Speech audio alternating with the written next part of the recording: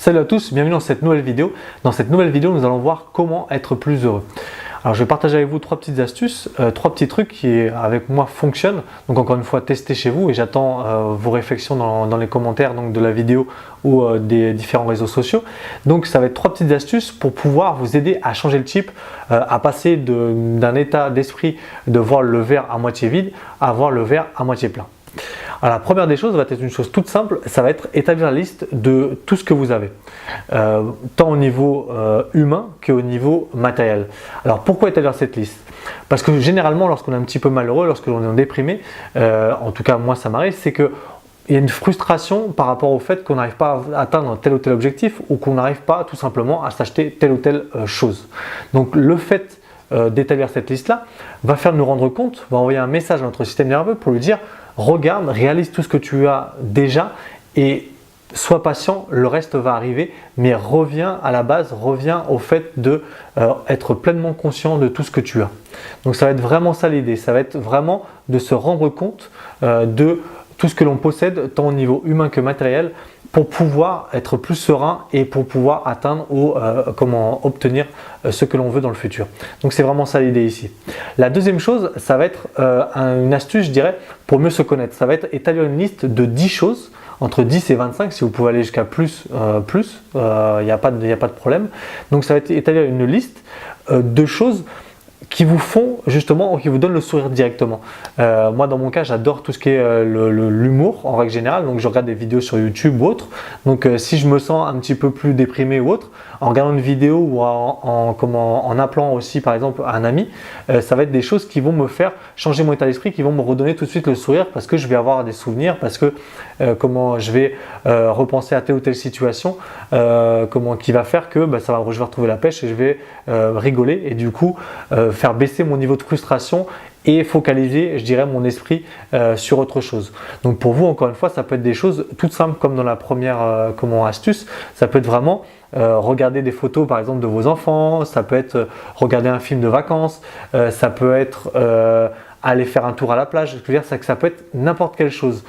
Ici, il ne s'agit pas de dire d'établir de jugement, il n'y a pas de petites choses ou de grandes choses, parce que ce qui peut paraître à moi futile, pour vous, ça peut être quelque chose de très important. Donc vraiment, oubliez encore cette part de jugement et mettez tout ce qui vous passe par la tête. Ça vous aidera également à mieux vous connaître, parce que c'est son genre d'exercice que l'on n'a pas l'habitude de faire et qu'on ne nous a jamais appris à faire pour pouvoir nous rendre plus heureux. Donc essayez-le, et vous me direz. La troisième astuce que je vais partager avec vous, ça va être issu de ce livre, donc 3 kiffs par jour de Florence Servan-Schreiber. Donc dans ce livre, cette femme-là explique que tout simplement, elle a voulu recréer un lien familial avec ses enfants, avec son mari, en partageant des moments qui avait généré une certaine gratitude durant la journée. Donc c'était vraiment ça l'idée. Elle perdait entre guillemets la communication avec ses enfants, avec son mari, donc elle a voulu à travers ce jeu-là recréer des conversations et des moments vraiment intenses avec sa famille. Et ça a créé même, comme elle l'explique dans le livre, ça a créé même en fait, ça a été plus loin de ce qu'elle pensait, c'est-à-dire que ses enfants se sont mis à sourire encore plus et à partager plus de choses. C'est-à-dire qu'en créant ce réflexe, au début c'était une contrainte pour eux et finalement c'est devenu une habitude, c'est devenu une manière d'être et du coup il y avait une communication encore plus grande qu'elle a retrouvée avec ses enfants et son mari. Donc vraiment très très intéressant. Et donc du coup, ce que je vous conseille, c'est d'écrire ces trois petites choses, de revivre entre guillemets en les écrivant ces trois petites choses. Ça va vous donner un sentiment de gratitude. Donc du coup, la frustration ou la petite déprime que vous êtes en train de vivre va encore une fois s'atténuer, voire disparaître, et vous allez vraiment être focus sur quelque chose qui vous a plu. Donc ça peut être vraiment des choses très subtiles, ça peut être un sourire, ça peut être un moment partagé encore une fois avec votre enfant durant la journée, ça peut être vraiment tout et n'importe quoi. L'idée ici est de générer ce sentiment de gratitude.